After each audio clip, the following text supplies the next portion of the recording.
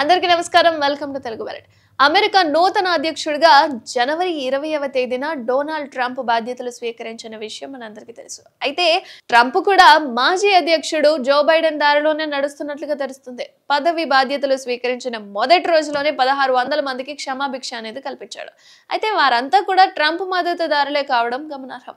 2021 జనవరి 6వ తేదీన అనేక మంది యుఎస్ క్యాపిటల్ హిల్ పై దాడి చేశారు. వారందరినీ కూడా అమెరికా కోర్టు అనేది జైల్లో పెట్టేసింది. వారికి శిక్షలు కూడా విధించారు కూడా. అయితే తాజాగా ట్రంప్ వాళ్ళందరికీ కూడా ఉపశమనం కల్పిస్తూ ఓ క్షమాభిక్ష అనేది ప్రసాదించారు. ఆ పూర్తి వివరాలు మీకోసం ఈ వీడియోలో తెలుసుకుందాం. 2020లో అమెరికాలో జరిగిన అధ్యక్ష ఎన్నికల్లో డొనాల్డ్ ట్రంప్ ఓడిపోయారు. అయితే ఆ విషయాన్ని అతడి అభిమానులు ఏ మాత్రం జీర్ణించుకోలేకపోయారు. ఈ క్రమంలోనే 2021 జనవరి 6వ తేదీన అమెరికా 46వ అధ్యక్షుడిగా జో బైడెన్ విజయాన్ని ధృవీకరించేందుకు వాషింగ్టన్ క్యాపిటల్ భవనంలో కాంగ్రెస్ అనేది సమావేశమైంది.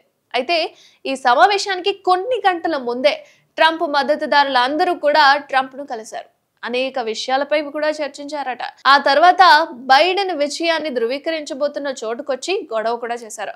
ముఖ్యంగా వేలాది మంది ఒక్కసారిగా క్యాపిటల్ భవనంలోకి చొచ్చుకొచ్చి రచ్చ చేసేశారు. అయితే అక్కడున్న వాటిని ధ్వంసం కూడా చేశారు. ఇక ఊహించని రీతిలో జరిగిన ఆ దాడిని అడ్డుకునేందుకు అమెరికా పోలీసులు ఎంతగానో ప్రయత్నాలు కూడా చేశారు. కానీ మద్దతుదారులు ఎక్కువగా ఉండేసరికి వాళ్ళందరినీ ఆపలేకపోయారు. అయితే ఈ క్రమంలోనే అనేక మంది పోలీసులు తీవ్రంగా గాయపడ్డారు. కానీ ఆ తర్వాత హింసకు పాల్పడ్డ 1600 మందిని కూడా పోలీసులు అరెస్ట్ చేసేశారు. ముఖ్యంగా వాషింగ్టన్ ఫెడరల్ కోర్టులో హాజరుపరిచారు కూడా. అయితే ఈ ఛార్జ్ షీట్ లో ట్రంప్ పేరును కూడా చేర్చారు. అయితే ట్రంప్ తప్ప మిగతా 1600 మంది నిరసనకారులకు న్యాయస్థానం జైలు శిక్ష విధించేసింది.